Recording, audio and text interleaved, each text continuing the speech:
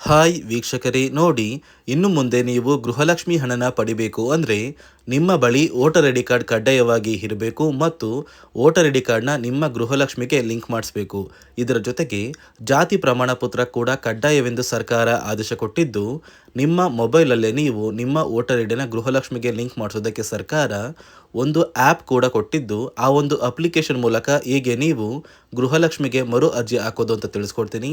ಅದೇ ರೀತಿ ಸರ್ಕಾರದಿಂದ ಕೆಲವು ಜಿಲ್ಲೆಗಳನ್ನು ಆಯ್ಕೆ ಮಾಡಿ ಆ ಒಂದು ಜಿಲ್ಲೆಗೆ ಕಳೆದ 3 ತಿಂಗಳಿಂದ ಬರಬೇಕಾದ ಗೃಹಲಕ್ಷ್ಮಿ ಯೋಜನೆಯ 6,000 ಹಣನ ಜಮಾ ಮಾಡ್ತಾ ಇದ್ದು, ಯಾರಿಗೆಲ್ಲ ಈ ಒಂದು ಹಣ ಬರುತ್ತೆ ಮತ್ತು ಗೃಹಲಕ್ಷ್ಮಿಗೆ ಯಾರಿಗೆಲ್ಲ ಹಣ ಕ್ಯಾನ್ಸಲ್ ಆಗಿ ಹೇಗೆ ನೀವು ಮರು ಅರ್ಜಿ ಹಾಕೋದು ಅಂತ ತಿಳಿಸ್ಕೊಡ್ತೀನಿ.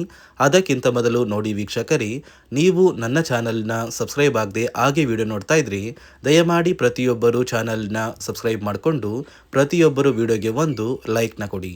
ಹೌದು ವೀಕ್ಷಕರೇ, ಗೃಹಲಕ್ಷ್ಮಿ ಯೋಜನೆಯಲ್ಲಿ ಇದೀಗ ಸಾಕಷ್ಟು ರೀತಿಯ ಹೊಸ ಬದಲಾವಣೆಗಳು ಬರ್ತಾ ಇದೆ.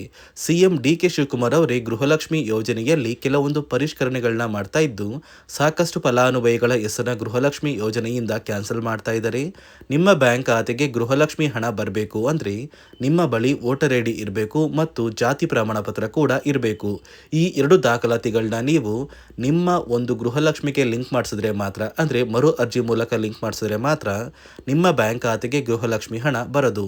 ಅದೇ ರೀತಿ ಸರ್ಕಾರ ಗೃಹಲಕ್ಷ್ಮಿ ಫಲಾನುಭವಿಗಳಿಗೆ ಕಳೆದ 3 ತಿಂಗಳಿಂದ ಬರಬೇಕಾದ ಗೃಹಲಕ್ಷ್ಮಿ ಯೋಜನೆಯ 6,000 ಹಣನ ಕೆಲವು ಜಿಲ್ಲೆಗಳನ್ನು ಆಯ್ಕೆ ಮಾಡಿ ನಿಮ್ಮ ಬ್ಯಾಂಕ್ ಖಾತೆಗೆ ಜುಲೈ 18ರಿಂದ ಕರ್ನಾಟಕದ ಕೆಲವು ಜಿಲ್ಲೆಗಳಿಗೆ ಸರ್ಕಾರ ಜಮಾ ಮಾಡ್ತಾ ಇದ್ದು, ಯಾರಿಗೆಲ್ಲ ಈ ಗೃಹಲಕ್ಷ್ಮಿ ಹಣ ಕೂಡ ಬರ್ತಾ ಇದೆ ಅಂತ ನಾನು ನಿಮಗೆ ತಿಳಿಸ್ಕೊಡ್ತಾ ಇದ್ದೀನಿ. ನೋಡಿ ವೀಕ್ಷಕರೇ, ಮೊದಲು ಸರ್ಕಾರ ಯಾವ ಕಾರಣಕ್ಕೆ ಗೃಹಲಕ್ಷ್ಮಿ ಯೋಜನೆಗೆ ಹೊಸ ರೀತಿಯ ಒಂದು ನಿಯಮಗಳನ್ನ ತಂದಿದೆ ಅಂದರೆ, ಇಲ್ಲಿ ಗೃಹಲಕ್ಷ್ಮಿಯಲ್ಲಿ ಸುಮಾರು 6ರಿಂದ 7 ಲಕ್ಷಕ್ಕಿಂತ ಅಧಿಕ ಮಹಿಳೆಯರ ಹತ್ರ ಒಂದು ವೋಟರ್ ಐ ಡಿ ಕಾರ್ಡ್ ಇಲ್ಲ. ಅಂದರೆ ವೋಟರ್ ಐ ಡಿ ಇಲ್ಲ ಅಂದರೂ ಕೂಡ ಅವರು ಸರ್ಕಾರದಿಂದ ಬರುವ ಗೃಹಲಕ್ಷ್ಮಿ ಹಣನ ಪಡಿತಾ ಇದ್ದಾರೆ. ಮತ್ತು ಸಾಕಷ್ಟು ಫಲಾನುಭವಿಗಳ ಒಂದು ಬ್ಯಾಂಕ್ ಖಾತೆ ಏನಿದೆ, ಆ ಒಂದು ಬ್ಯಾಂಕ್ ಖಾತೆ ಹೊರ ರಾಜ್ಯದ ಬ್ಯಾಂಕ್ ಖಾತೆ ಆಗಿದೆ. ಅಂದರೆ ಕರ್ನಾಟಕದಲ್ಲಿರುವಂತಹ ಫಲಾನುಭವಿಗಳು ಬೇರೆ ರಾಜ್ಯದಲ್ಲಿ ಹೊಂದಿರುವಂತಹ ಒಂದು ಬ್ಯಾಂಕ್ ಖಾತೆನ ಕೊಟ್ಟು ಗೃಹಲಕ್ಷ್ಮಿ ಹಣನ ಪಡಿತಾ ಇದ್ದಾರೆ. ಅದೇ ರೀತಿ ಸಾಕಷ್ಟು ರೀತಿಯ ಹೊಸ ಬದಲಾವಣೆಗಳು ಯಾವ ಕಾರಣಕ್ಕೆ ಬರ್ತಾ ಇದೆ ಅಂದರೆ, ಗೃಹಲಕ್ಷ್ಮಿ ಯೋಜನೆಯಲ್ಲಿ ಅರ್ಹವಿರುವ ಫಲಾನುಭವಿಗಳಿಗೆ, ಅಂದರೆ ಕರ್ನಾಟಕದವರಾಗಿದ್ದು ಕರ್ನಾಟಕದಲ್ಲೇ ವೋಟರ್ ಐ ಡಿನ ಹೊಂದಿದ್ದು ಕರ್ನಾಟಕದ ಫಲಾನುಭವಿಗಳಾಗಿದ್ದು ಇವರ ಬ್ಯಾಂಕ್ ಖಾತೆಗೆ ಹಣ ತಲುಪಬೇಕು, ಬೇರೆ ಫಲಾನುಭವಿಗಳಿಗೆ ಯಾವುದೇ ಕಾರಣಕ್ಕೂ ಹಣ ತಲುಪಬಾರದು ಅಂತ ಸರ್ಕಾರ ನಿರ್ಧಾರ ಮಾಡಿದೆ. ಇದೇ ಕಾರಣಕ್ಕೆ ಸಾಕಷ್ಟು ಫಲಾನುಭವಿಗಳು ಗೃಹಲಕ್ಷ್ಮಿ ಯೋಜನೆಯ ಒಂದು ಅರ್ಹರ ಪಟ್ಟಿಯಿಂದ ಕ್ಯಾನ್ಸಲ್ ಆಗ್ತಾ ಇದ್ದಾರೆ. ನಿಮ್ಮ ಒಂದು ಮನೆ ಬಾಗಿಲಿಗೆ ಸರ್ಕಾರದಿಂದ ಅಧಿಕಾರಿಗಳು ಬರ್ತಾರೆ. ಸೊ ಸರ್ಕಾರ ಗೃಹಲಕ್ಷ್ಮಿ ಮರು ನೋಂದಣಿಗೆ ಒಂದು ಅಪ್ಲಿಕೇಶನ್ ಕೂಡ ಕೊಟ್ಟಿದ್ದಾರೆ. ಅಂದರೆ ಮೊಬೈಲಲ್ಲೇ ಆ ಒಂದು ಅಧಿಕಾರಿಗಳು ನಿಮ್ಮ ಮನೆ ಬಾಗಿಲಿಗೆ ಬಂದು ನಿಮ್ಮ ದಾಖಲಾತಿಗಳಾದ ರೇಷನ್ ಕಾರ್ಡ್, ಆಧಾರ್ ಕಾರ್ಡ್ ಮತ್ತು ವೋಟರ್ ಐ ಡಿ ಇದೀಗ ಕಡ್ಡಾಯ ಮಾಡಿದೆ. ಅದೇ ರೀತಿ ಜಾತಿ ಪ್ರಮಾಣ ಪತ್ರ ಬೇಕಾಗುತ್ತಂತ ನೀವು ಕೇಳಿದ್ರೆ, ಸದ್ಯಕ್ಕೆ ಸರ್ಕಾರ ಯಾವುದೇ ರೀತಿಯ ಜಾತಿ ಪ್ರಮಾಣ ಪತ್ರನ ಕೇಳ್ತಾ ಇಲ್ಲ. ಬದಲಿಗೆ ನಿಮ್ಮ ಒಂದು ಪತಿಯ ಆಧಾರ್ ಕಾರ್ಡ್, ನಿಮ್ಮ ಒಂದು ವೋಟರ್ ಐ ಡಿ ಮತ್ತು ನಿಮ್ಮ ಒಂದು ಮನೆಯ ರೇಷನ್ ಕಾರ್ಡ್ನ ಕೊಟ್ಟು ನೀವು ಗೃಹಲಕ್ಷ್ಮಿಗೆ ಮರು ನೋಂದಣಿನ ಮಾಡ್ಕೋಬೇಕು. ಈ ಒಂದು ಕೆಲಸನ ಮಾಡೋದು ಗ್ರಾಮದಿಂದ ಕೆಲವು ಅಧಿಕಾರಿಗಳು ಬರ್ತಾರೆ. ಅಂದರೆ ಗ್ರಾಮ ಅಭಿವೃದ್ಧಿ ಇಲಾಖೆಯಿಂದ ಕೆಲವೊಂದು ಅಧಿಕಾರಿಗಳು ಬಂದರೆ, ಅಂಗನವಾಡಿಯ ಕಾರ್ಯಕರ್ತರು ಕೂಡ ನಿಮ್ಮ ಮನೆ ಬಾಗಿಲಿಗೆ ಬಂದು ಪ್ರತಿ ಫಲಾನುಭವಿಗಳ ದಾಖಲಾತಿಗಳನ್ನ ಎಂಟ್ರಿ ಮಾಡ್ಕೊಂಡು ಹೋಗ್ತಾರೆ. ಸೊ ಆ ಒಂದು ಫಲಾನುಭವಿಗಳು ಎಂಟ್ರಿ ಮಾಡಿದ ನಂತರ ಸರ್ಕಾರದಿಂದ ನಿಮಗೆ ಒಂದು ನೋಟಿಫಿಕೇಶನ್ ಬರುತ್ತೆ. ನಿಮ್ಮ ಮೊಬೈಲ್ ನಂಬರ್ ಏನಿದೆ ಆ ಒಂದು ಮೊಬೈಲ್ ನಂಬರ್ಗೆ ಒಂದು ಮೆಸೇಜ್ ಬರುತ್ತೆ. ಅಂದರೆ ನಿಮ್ಮ ಗೃಹಲಕ್ಷ್ಮಿ ಮರು ನೋಂದಣಿ ಅರ್ಜಿನ ನಾವು ಸ್ವೀಕಾರ ಮಾಡಿದ್ದೀವಿ ಮತ್ತು ಮುಂದಿನ ದಿನಗಳಲ್ಲಿ ನಿಮ್ಮ ಒಂದು ಗೃಹಲಕ್ಷ್ಮಿ ಹಣನ ನಿಮ್ಮ ಬ್ಯಾಂಕ್ ಖಾತೆಗೆ ಜಮಾ ಮಾಡ್ತೀವಿ ಅಂತ ಸರ್ಕಾರದಿಂದಲೇ ಒಂದು ಮೆಸೇಜ್ನ ಕಳಿಸ್ತಾರೆ. ಆದರೆ ನೀವು ನಿಮ್ಮ ಮೊಬೈಲ್ ನಂಬರ್ನ ಆಕ್ಟಿವ್ ಆಗಿರುವಂತಹ ಮೊಬೈಲ್ ನಂಬರ್ನ ಕೊಡಬೇಕು. ಯಾಕಂದರೆ ನಿಮ್ಮ ಬ್ಯಾಂಕ್ ಖಾತೆಗೆ ಲಿಂಕ್ ಆಗಿರುವಂತಹ ಮೊಬೈಲ್ ನಂಬರ್ ಬೇರೆ ಇರುತ್ತೆ ಮತ್ತು ನೀವು ಹೊಂದಿರುವಂತಹ ಒಂದು ಮೊಬೈಲ್ ನಂಬರ್ ಬೇರೆ ಇರುತ್ತೆ. ಇದೇ ಕಾರಣಕ್ಕೆ ಕರೆಕ್ಟ್ ಆಗಿರುವಂತಹ ಒಂದು ಮೊಬೈಲ್ ನಂಬರ್ನ ಕೊಟ್ಟರೆ ಆದಷ್ಟು ಬೇಗ ನೀವು ಮರು ಅರ್ಜಿನ ಹಾಕಿ ಗೃಹಲಕ್ಷ್ಮಿ ಹಣನ ಪಡ್ಕೋಬೋದು. ಅದೇ ರೀತಿ ನೀವು ಹೊಂದಿರುವ ಬ್ಯಾಂಕ್ ಖಾತೆ ಏನಿದೆ ಆ ಒಂದು ಬ್ಯಾಂಕ್ ಖಾತೆನ ನೀವು ಆ್ಯಕ್ಟಿವ್ ಆಗಿ ಇಟ್ಕೋಬೇಕು. ಅಂದರೆ ಯಾವುದೇ ರೀತಿಯ ಒಂದು ವಹಿವಾಟನ್ನು ನಡೆಸ್ತಾ ಇಲ್ಲ ಅಂದರೆ ನಿಮ್ಮ ಒಂದು ಬ್ಯಾಂಕ್ ಖಾತೆಗೆ ಗೃಹಲಕ್ಷ್ಮಿ ಹಣ ಖಂಡಿತವಾಗಿಯೂ ಬರೋದಿಲ್ಲ. ಅದೇ ರೀತಿ ನೋಡಿ ವೀಕ್ಷಕರೇ, ನಿಮ್ಮ ಮನೆಯ ಕುಟುಂಬರು ಅಂದರೆ ಗೃಹಲಕ್ಷ್ಮಿ ಯೋಜನೆಯ ಒಂದು ಸದಸ್ಯ ಏನಾರನ್ನು ಮರಣ ಹೊಂದಿದ್ದು ಅವರ ಬದಲಾಗಿ ನೀವು ಅಪ್ಲಿಕೇಶನ್ ಹಾಕ್ತೀವಿ ಅಂದರೆ ಅದು ಸಾಧ್ಯವಿಲ್ಲ. ಯಾಕಂದರೆ ನಿಮ್ಮ ಒಂದು ರೇಷನ್ ಕಾರ್ಡಲ್ಲಿ ಮನೆಯ ಯಜಮಾನಿ ಯಾರಿರ್ತಾರೆ ಅವರೇ ಮಾತ್ರ ಗೃಹಲಕ್ಷ್ಮಿ ಯೋಜನೆಗೆ ಅರ್ಹರಾಗಿರ್ತಾರೆ. ಒಂದು ವೇಳೆ ಮನೆಯ ಸದಸ್ಯರು ಯಜಮಾನಿಯಾಗಿದ್ದು ಅವರು ಮರಣ ಹೊಂದಿದ್ರೆ ಅಂದರೆ ನೀವು ಗೃಹಲಕ್ಷ್ಮಿ ಯೋಜನೆಗೆ ಅಪ್ಲಿಕೇಶನ್ ಹಾಕೋದಕ್ಕೆ ಆಗೋದಿಲ್ಲ. ಮೊದಲು ನಿಮ್ಮ ಮನೆಯಲ್ಲಿ ಇರುವಂತಹ ಒಂದು ಹೆಣ್ಣು ಮಗಳು ಅಂದರೆ ಮಹಿಳೆ, ನಿಮ್ಮ ಒಂದು ಪತ್ನಿ ಇರ್ಬೋದು ಅಥವಾ ನಿಮ್ಮ ಒಂದು ತಾಯಿ ಇರ್ಬೋದು, ಅವ್ರನ್ನ ಮನೆಯ ಯಜಮಾನಿ ನೀವು ಮಾಡಬೇಕಾಗುತ್ತೆ. ಸೊ ಮನೆಯ ಯಜಮಾನಿ ಮಾಡಿದ ನಂತರ ಮಾತ್ರ ನೀವು ಗೃಹಲಕ್ಷ್ಮಿಯ ಸೌಲಭ್ಯನ ಪಡ್ಕೋಬೋದು.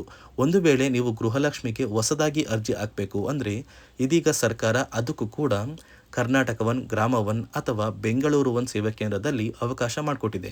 ಆದರೆ ಮೊದಲ ಥರ ಇವಾಗ ನೀವು ಅರ್ಜಿನ ಹಾಕೋದಕ್ಕೆ ಆಗೋದಿಲ್ಲ. ಬದಲಿಗೆ ನಿಮ್ಮ ರೇಷನ್ ಕಾರ್ಡ್ನ ತೊಗೊಂಡೋಗ್ಬೇಕು, ನಿಮ್ಮ ಆಧಾರ್ ಕಾರ್ಡ್ನ ತೊಗೊಂಡೋಗ್ಬೇಕು, ನಿಮ್ಮ ಒಂದು ಪತಿಯ ಆಧಾರ್ ಕಾರ್ಡ್ನ ಕೂಡ ತೊಗೊಂಡೋಗ್ಬೇಕಾಗುತ್ತೆ. ನಿಮ್ಮ ವೋಟರ್ ಐ ಡಿ ಕೂಡ ಕಡ್ಡಾಯವಾಗುತ್ತೆ. ನಿಮ್ಮ ವೋಟರ್ ಐ ಡಿ ನಿಮ್ಮ ಹತ್ರ ಇದ್ದರೆ ಮಾತ್ರ ನೀವು ಗೃಹಲಕ್ಷ್ಮಿ ಯೋಜನೆಯ ಒಂದು ಅರ್ಹತೆಯನ್ನು ಪಡ್ಕೋತೀರಾ. ಒಂದು ವೇಳೆ ವೋಟರ್ ಐ ಡಿ ಇಲ್ಲ, ರೇಷನ್ ಕಾರ್ಡ್ ಇದೆ, ಆಧಾರ್ ಕಾರ್ಡ್ ಇದೆ ಅಂದರೆ ಇನ್ನು ಮುಂದೆ ನಿಮ್ಮ ಬ್ಯಾಂಕ್ ಖಾತೆಗೆ ಸರ್ಕಾರ ಗೃಹಲಕ್ಷ್ಮಿ ಹಣನ ಖಂಡಿತವಾಗಿಯೂ ಜಮಾ ಮಾಡೋದಿಲ್ಲ. ಯಾಕಂದರೆ ಪ್ರತಿ ವರ್ಷವೂ ಕೂಡ ಸರ್ಕಾರ ವೋಟರ್ ಐ ಡಿನ ಬಿಡುಗಡೆ ಮಾಡುತ್ತೆ, ಅಂದರೆ ವೋಟರ್ ಲಿಸ್ಟ್ನ ಬಿಡುಗಡೆ ಮಾಡುತ್ತೆ. ಈ ಒಂದು ಲಿಸ್ಟಲ್ಲಿ ಕೆಲವು ಫಲಾನುಭವಿಗಳ ಒಂದು ಹೆಸರನ್ನ ಕ್ಯಾನ್ಸಲ್ ಮಾಡುತ್ತೆ. ಒಂದು ವೇಳೆ ನಿಮ್ಮ ವೋಟರ್ ಐ ಡಿ ಏನಾದರೂ ಕ್ಯಾನ್ಸಲ್ ಆಗಿದ್ದರೆ ನಿಮ್ಮ ಬ್ಯಾಂಕ್ ಖಾತೆಗೆ ಗೃಹಲಕ್ಷ್ಮಿ ಹಣನ ಸರ್ಕಾರ ಕ್ಯಾನ್ಸಲ್ ಮಾಡುತ್ತೆ. ಈ ಕೂಡಲೇ ನೀವು ನಿಮ್ಮ ದಾಖಲಾತಿಗಳು ಎಲ್ಲ ಕೂಡ ಸರಿ ಇದೆ ಅಂತ ತಿಳ್ಕೊಳ್ಳಿ. ಹಾಗಾದರೆ ಮಾತ್ರ ನೀವು ಗೃಹಲಕ್ಷ್ಮಿ ಯೋಜನೆಗೆ ಅರ್ಹರಾಗಿರ್ತೀರ. ಸರ್ಕಾರ ಯಾವ ಕಾರಣಕ್ಕೆ ಈ ರೀತಿಯ ಹೊಸ ಬದಲಾವಣೆಗಳನ್ನ ತರ್ತಾ ಇದೆ ಅಂದರೆ ಇಲ್ಲಿಯವರೆಗೂ ಸುಮಾರು 60 ಕೋಟಿಗಿಂತ ಅಧಿಕ ಮೊತ್ತನ ಸರ್ಕಾರ ನಷ್ಟ ಮಾಡಿಕೊಂಡಿದೆ. ಅಂದರೆ ಫಲಾನುಭವಿಗಳು ನಮ್ಮ ಕರ್ನಾಟಕದವರೇ ಅಲ್ಲ, ಅಂತಹ ಫಲಾನುಭವಿಗಳಿಗೂ ಕೂಡ ಸರ್ಕಾರದಿಂದ ಹಣ ಹೋಗಿದೆ ಮತ್ತು ಸಾಕಷ್ಟು ಫಲಾನುಭವಿಗಳು ಮರಣ ಹೊಂದಿದ್ದಾರೆ. ಅಂತಹ ಫಲಾನುಭವಿಗಳಿಗೂ ಕೂಡ ಹಣ ಹೋಗ್ತಾ ಇದೆ ಮತ್ತು ಫಲಾನುಭವಿಗಳು ಹೊಂದಿರುವ ಬ್ಯಾಂಕ್ ಖಾತೆ ಕೂಡ ಆ್ಯಕ್ಟಿವ್ ಇಲ್ಲ. ಅಂತಹ ಫಲಾನುಭವಿಗಳಿಗೂ ಕೂಡ ಹಣ ಹೋಗಿದೆ ಮತ್ತು ಸಾಕಷ್ಟು ಫಲಾನುಭವಿಗಳು ಏನು ಮಾಡಿದ್ದಾರೆ ಅಂದರೆ ಅವರ ಮನೆ ಕುಟುಂಬದ ಯಜಮಾನಿ ಅಂದರೆ ಹೆಡ್ ಆಫ್ ದ ಫ್ಯಾಮಿಲಿ ಇರ್ತಾರಲ್ಲ, ಸೊ ಆ ಒಂದು ಮಹಿಳೆ ಮರಣ ಹೊಂದಿರ್ತಾರೆ. ಸೊ ಏನೋ ಒಂದು ಕಾರಣದಿಂದ ಮರಣ ಹೊಂದಿದ್ದು ಅವರ ಬ್ಯಾಂಕ್ ಖಾತೆಗೆ ಬರುವ ಗೃಹಲಕ್ಷ್ಮಿ ಹಣನ ಒಂದು ATM ಮೂಲಕ ವಿತ್ಡ್ರಾ ಮಾಡಿದ್ದಾರೆ ಮತ್ತು ಫೋನ್ಪೇ ಮೂಲಕ ಟ್ರಾನ್ಸ್ಫರ್ ಮಾಡ್ಕೊಂಡಿದ್ದಾರೆ. ಇದೀಗ ಸರ್ಕಾರ ಈ ರೀತಿಯ ಒಂದು ಹೊಸ ಬದಲಾವಣೆಗಳನ್ನ ಜಾರಿಗೆ ತಂದರೆ ಯಾರಿಗೂ ಕೂಡ ಗೃಹಲಕ್ಷ್ಮಿ ಹಣ ಮೋಸ ಆಗೋದಿಲ್ಲ ಮತ್ತು ಪ್ರತಿ ಫಲಾನುಭವಿಗಳಿಗೆ ಹಣ ಬಂದೇ ಬರುತ್ತೆ ಅಂತ ಆದೇಶ ಕೊಟ್ಟಿದೆ. ನೀವು ಕೇಳ್ಬೋದು ವೀಕ್ಷಕರೇ, 3 ವರ್ಷದಿಂದ ಯಾವುದೇ ಕಾರಣಕ್ಕೂ ನಮಗೆ ಗೃಹಲಕ್ಷ್ಮಿ ಯೋಜನೆ ಹಣ ಮಿಸ್ ಆಗಿಲ್ಲ. ಸೊ ಇದೀಗ ಏನಕ್ಕೆ ಸಡನ್ ಆಗಿ ಈ ಥರ ಬದಲಾವಣೆಗಳು ಬರ್ತಾ ಇದೆ ಅಂದರೆ ಸರ್ಕಾರದಿಂದ ಕೆಲವು ಅಧಿಕಾರಿಗಳು ಒಂದು ಚರ್ಚೆ ನಡೆಸಿದ್ದಾರೆ. ಒಂದು ಸಭೆಯಲ್ಲಿ ಗೃಹಲಕ್ಷ್ಮಿ ಯೋಜನೆಯ ಕುರಿತು ಒಂದು ಸಭೆ ಮಾಡಿದಾಗ ಅಲ್ಲಿ ಗೃಹಲಕ್ಷ್ಮಿ ಯೋಜನೆಯಲ್ಲಿ ಸಾಕಷ್ಟು ರೀತಿಯ ಲೋಪದೋಷಗಳು ಕಂಡು ಬಂದಿದೆ. DBT ಮೂಲಕ ನಿಮ್ಮ ಬ್ಯಾಂಕ್ ಖಾತೆಗೆ ಹಣನ ಹಾಕಬೇಕಾದ್ರೆ ಸಾಕಷ್ಟು ಫಲಾನುಭವಿಗಳಿಗೆ ಹಣ ಹೋಗ್ತಾ ಇದೆ. ಸಾಕಷ್ಟು ಫಲಾನುಭವಿಗಳಿಗೆ ಹಣ ಹೋಗಿದ್ರು ಅವರ ಬ್ಯಾಂಕ್ ಖಾತೆಗೆ ಜಮಾ ಆಗ್ತಾ ಇಲ್ಲ, ಬದಲಿಗೆ ಆ ಒಂದು ಹಣ DBTಯಲ್ಲೇ ಸ್ಟಕ್ ಆಗ್ತಾ ಇದೆ. ಮತ್ತು ಸರ್ಕಾರಕ್ಕೂ ಕೂಡ ಆ ಒಂದು ಹಣ ಬರ್ತಾ ಇಲ್ಲ. ಮತ್ತು ಸರ್ಕಾರ ಹಾಕಿರುವ ಹಣ ಇನ್ನೂ ಕೂಡ ಹಾಗೇ ಇದೆ. ಸಾಕಷ್ಟು ಫಲಾನುಭವಿಗಳು ಆ ಒಂದು ಹಣನ ಯೂಸ್ ಕೂಡ ಮಾಡ್ತಾ ಇಲ್ಲ, ಅಂದರೆ ಅದು ಬ್ಯಾಂಕ್ ಖಾತೆಯಲ್ಲಿ ಹಂಗೇನೆ ಇದೆ. ಇದೇ ಕಾರಣಕ್ಕೆ ಸರ್ಕಾರ ಈ ರೀತಿಯ ಹೊಸ ಬದಲಾವಣೆಗಳನ್ನ ತಂದಿದ್ದು, ಯಾರೆಲ್ಲ ಫಲಾನುಭವಿಗಳು ಸರ್ಕಾರಕ್ಕೆ ತೆರಿಗೆನ ಕಟ್ತಾ ಇದ್ದೀರಾ, ಗೌರ್ನಮೆಂಟ್ ಜಾಬಲ್ಲಿದ್ದೀರಾ ಮತ್ತು ಇನ್ಕಮ್ ಟ್ಯಾಕ್ಸ್ನ ಪೇ ಮಾಡ್ತಾ ಇದ್ದೀರಾ, ಇಂತಹ ಫಲಾನುಭವಿಗಳ ಹೆಸರನ್ನ ಇನ್ನು ಮುಂದೆ ಸರ್ಕಾರ ಗೃಹಲಕ್ಷ್ಮಿ ಯೋಜನೆಯಿಂದ ಕ್ಯಾನ್ಸಲ್ ಮಾಡಿದೆ. ನಿಮ್ಮ ಒಂದು ರೇಷನ್ ಕಾರ್ಡ್ BPL ರೇಷನ್ ಕಾರ್ಡಿಂದ APL ಆಗಿದ್ರು ಕೂಡ ನೀವು ಗೃಹಲಕ್ಷ್ಮಿ ಯೋಜನೆಯನ್ನು ಪಡೆಯೋದಕ್ಕೆ ಅರ್ಹರಾಗಿರ್ತೀರಾ. ನೋಡಿ ವೀಕ್ಷಕರೇ, ಕರ್ನಾಟಕದ ಒಟ್ಟು 26 ಜಿಲ್ಲೆಗಳಿಗೆ ಸರ್ಕಾರ ನಾಳೆ ಶನಿವಾರ ಜುಲೈ 18ರಂದು ಈ ಗೃಹಲಕ್ಷ್ಮಿ ಯೋಜನೆಯ 3 ತಿಂಗಳ 6,000 ಹಣನ ಜಮಾ ಮಾಡ್ತಾ ಇದ್ದು, ಯಾವ ಜಿಲ್ಲೆಗಳಿಗೆ ಹಣ ಬರ್ತಾ ಇದೆ ಅಂದರೆ ಬೆಳಗಾವಿ, ವಿಜಯಪುರ, ಬಾಗಲಕೋಟೆ, ಧಾರವಾಡ, ಗದಗ, ಹಾವೇರಿ, ಉತ್ತರ ಕನ್ನಡ, ಬೆಂಗಳೂರು ನಗರ, ಬೆಂಗಳೂರು ಗ್ರಾಮಾಂತರ, ರಾಮನಗರ, ಚಿಕ್ಕಬಳ್ಳಾಪುರ, ಚಿತ್ರದುರ್ಗ, ದಾವಣಗೆರೆ, ಕೋಲಾರ, ಶಿವಮೊಗ್ಗ, ತುಮಕೂರು, ಬಳ್ಳಾರಿ, ಬೀದರ್, ಕಲಬುರಗಿ, ಕೊಪ್ಪಳ, ರಾಯಚೂರು, ಯಾದಗಿರಿ, ವಿಜಯನಗರ, ಉಡುಪಿ, ಮೈಸೂರು, ಮಂಡ್ಯ, ಕೊಡಗು, ಹಾಸನ, ದಕ್ಷಿಣ ಕನ್ನಡ ಮತ್ತು ಚಿಕ್ಕಮಗಳೂರು ಹೀಗೆ ಸರ್ಕಾರ ಪ್ರತಿಯೊಂದು ಜಿಲ್ಲೆಗಳಿಗೆ ಗೃಹಲಕ್ಷ್ಮಿ ಯೋಜನೆಯ ಒಟ್ಟು 6,000 ಹಣನ ಜಮಾ ಮಾಡ್ತಾ ಇದೆ. ನಿಮ್ಮ ಬ್ಯಾಂಕ್ ಖಾತೆಗೂ ಕೂಡ ಕೆಲವು ದಿನಗಳಲ್ಲಿ ಹಣ ಬರುತ್ತೆ.